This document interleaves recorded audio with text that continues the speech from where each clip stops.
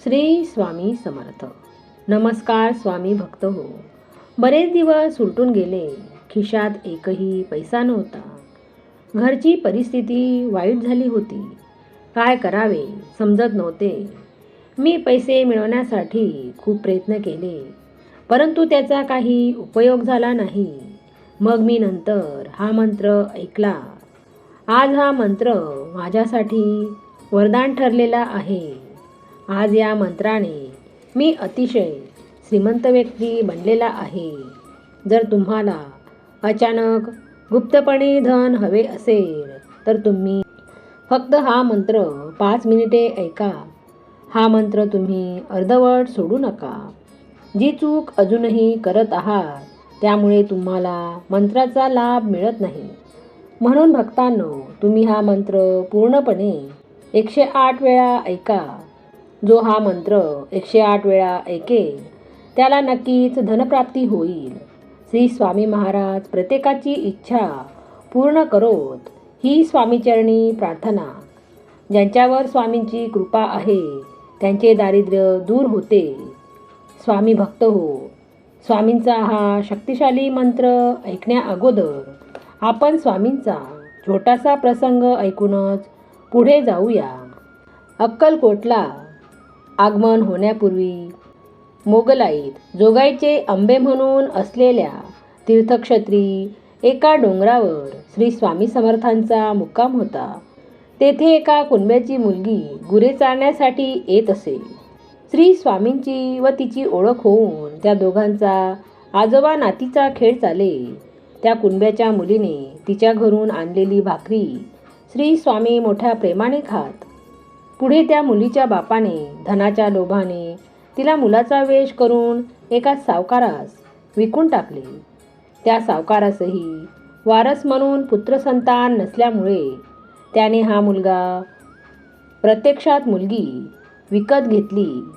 पुढे या मुलाचे त्या सावकाराने लग्न करण्याचे ठरवले व मुहूर्तही निश्चित केला. परंतु हा मुलगा नसून मुलगी आहे हे लग्न समारंभात उघड होताच तेथे एकच हलकल्लोळ व गलबला सुरू झाला.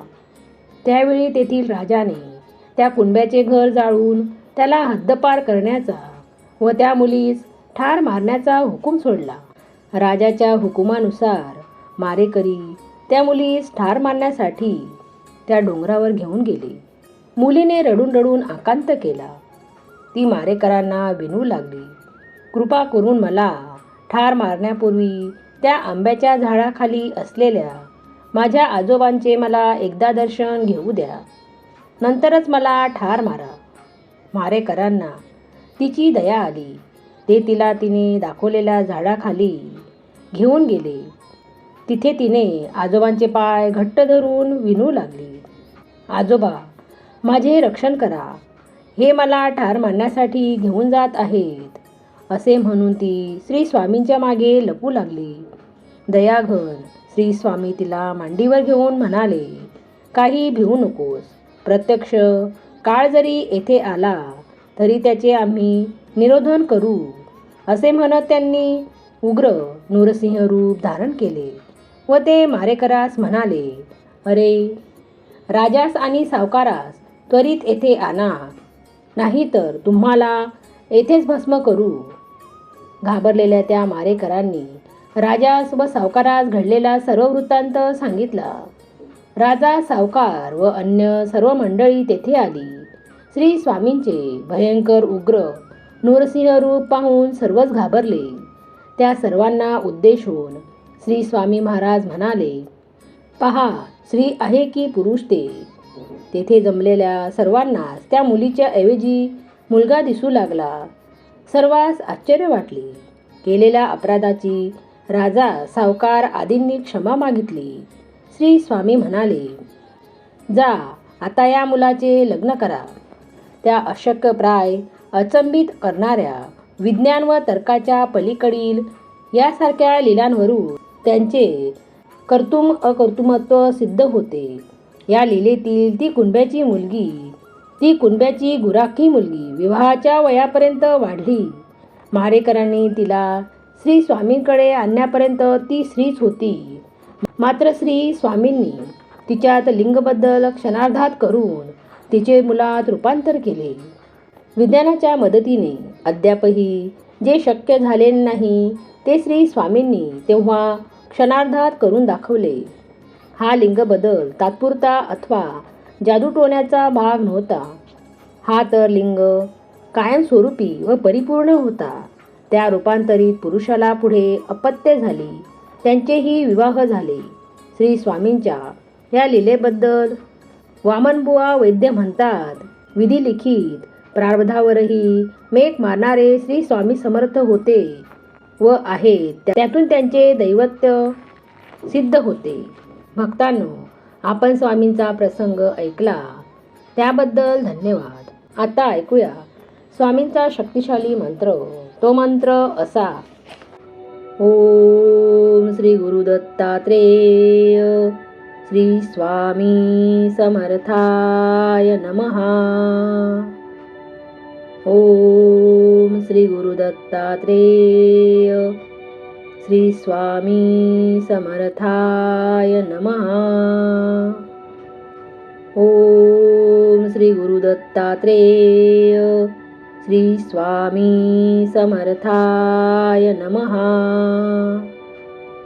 ओम श्री गुरु दत्तात्रेय श्री स्वामी समर्थाय नमः.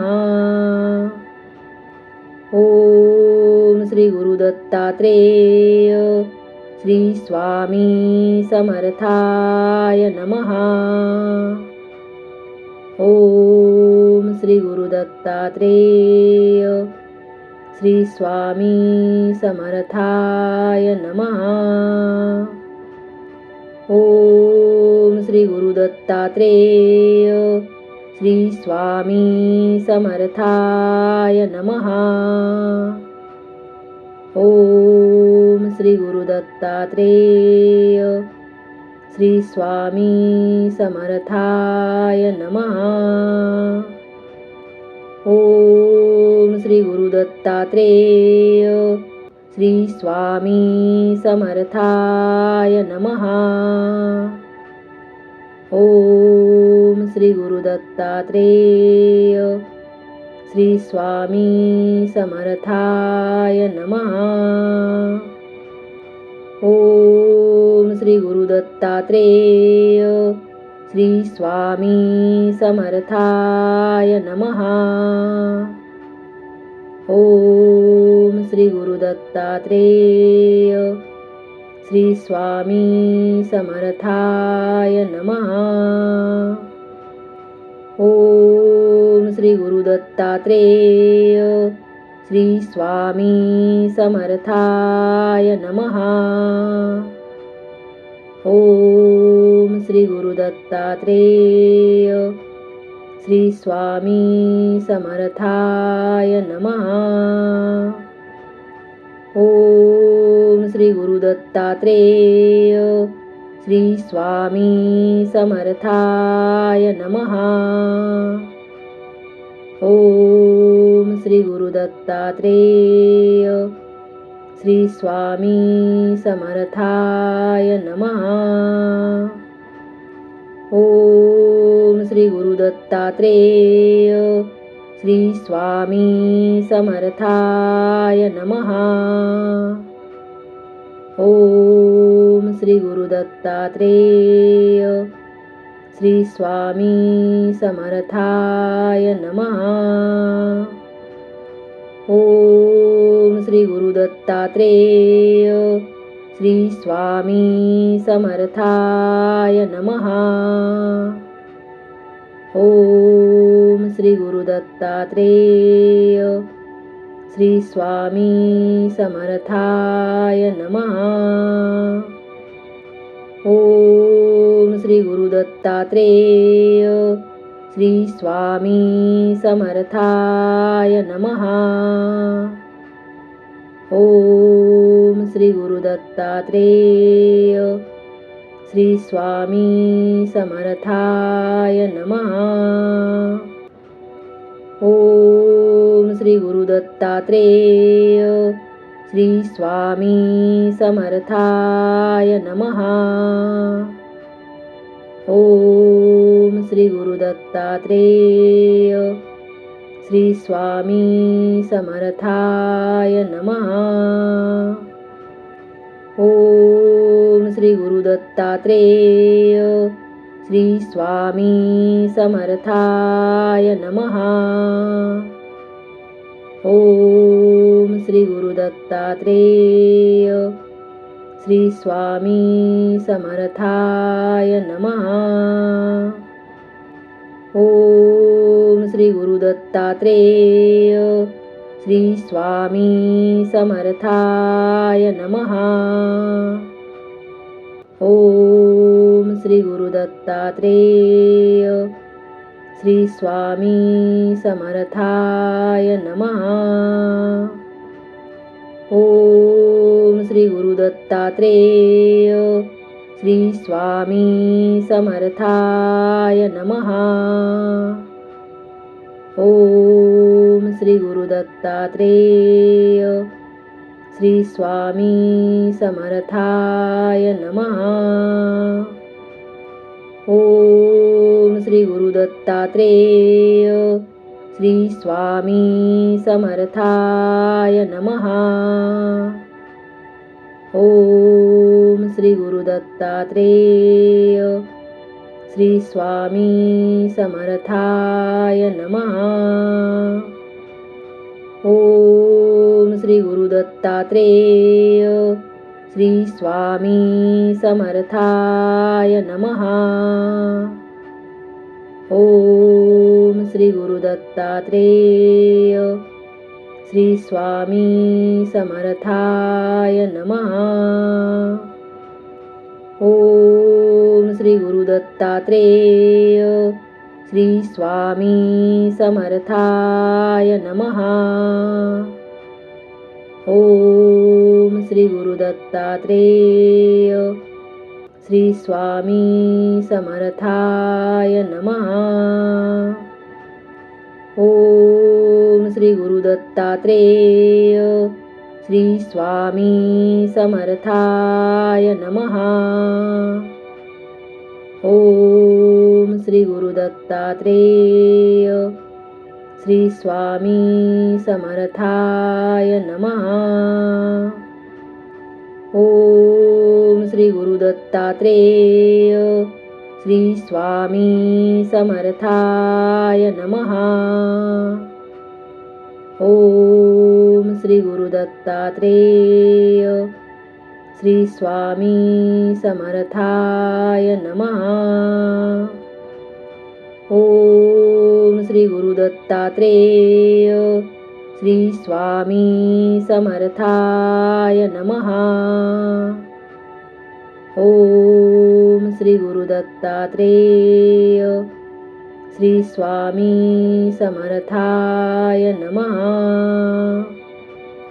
ओम श्री गुरु दत्तात्रेय श्री स्वामी समर्थाय नमः. ओम श्री गुरु दत्तात्रेय श्री स्वामी समर्थाय नमः. ओम श्री गुरु दत्तात्रेय श्री स्वामी समर्थाय नमः. ओम श्री गुरु दत्तात्रेय श्री स्वामी समर्थाय नमः.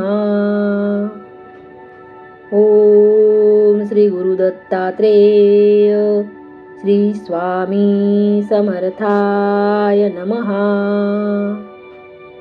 ओम श्री गुरु दत्तात्रेय श्री स्वामी समर्थाय नमः. ओम श्री गुरु दत्तात्रेय श्री स्वामी समर्थाय नमः. ओम श्री गुरु दत्तात्रेय श्री स्वामी समर्थाय नमः. ओम श्री गुरु दत्तात्रेय श्री स्वामी समर्थाय नमः. ओम श्री गुरु दत्तात्रेय श्री स्वामी समर्थाय नमः. ओम श्री गुरु दत्तात्रेय श्री स्वामी समर्थाय नमः. ओम श्री गुरु दत्तात्रेय श्री स्वामी समर्थाय नमः. ओम श्री गुरु दत्तात्रेय श्री स्वामी समर्थाय नमः. ओम श्री गुरु दत्तात्रेय श्री स्वामी समर्थाय नमः. ओम श्री गुरु दत्तात्रेय श्री स्वामी समर्थाय नमः. ओम श्री गुरु दत्तात्रेय श्री स्वामी समर्थाय नमः.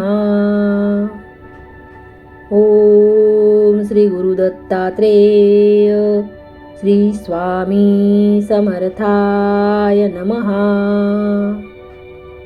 ओम श्री गुरु दत्तात्रेय श्री स्वामी समर्थाय नमः. ओम श्री गुरु दत्तात्रेय श्री स्वामी समर्थाय नमः. ओम श्री गुरु दत्तात्रेय श्री स्वामी समर्थाय नमः. ओम श्री गुरु दत्तात्रेय श्री स्वामी समर्थाय नमः. ओम श्री गुरु दत्तात्रेय श्री स्वामी समर्थाय नमः. ओम श्री गुरु दत्तात्रेय श्री स्वामी समर्थाय नमः. ओम श्री गुरु दत्तात्रेय श्री स्वामी समर्थाय नमः. ओम श्री गुरु दत्तात्रेय श्री स्वामी समर्थाय नमः. ओम श्री गुरु दत्तात्रेय श्री स्वामी समर्थाय नमः. ओम श्री गुरु दत्तात्रेय श्री स्वामी समर्थाय नमः. ओम श्री गुरु दत्तात्रेय श्री स्वामी समर्थाय नमः. ओम श्री गुरु दत्तात्रेय श्री स्वामी समर्थाय नमः. ओम श्री गुरु दत्तात्रेय श्री स्वामी समर्थाय नमः. ओम श्री गुरु दत्तात्रेय श्री स्वामी समर्थाय नमः. ओम श्री गुरु दत्तात्रेय श्री स्वामी समर्थाय नमः. ओम श्री गुरु दत्तात्रेय श्री स्वामी समर्थाय नमः. ओम श्री गुरु दत्तात्रेय श्री स्वामी समर्थाय नमः.